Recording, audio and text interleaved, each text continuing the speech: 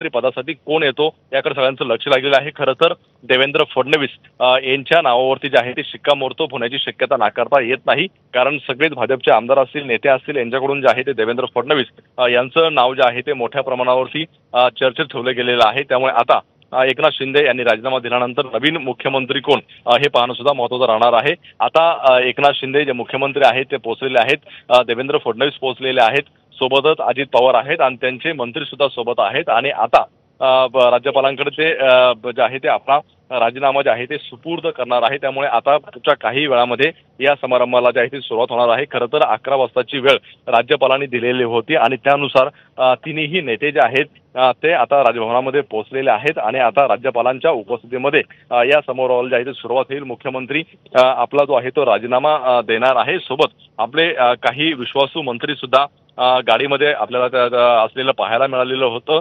त्यामुळे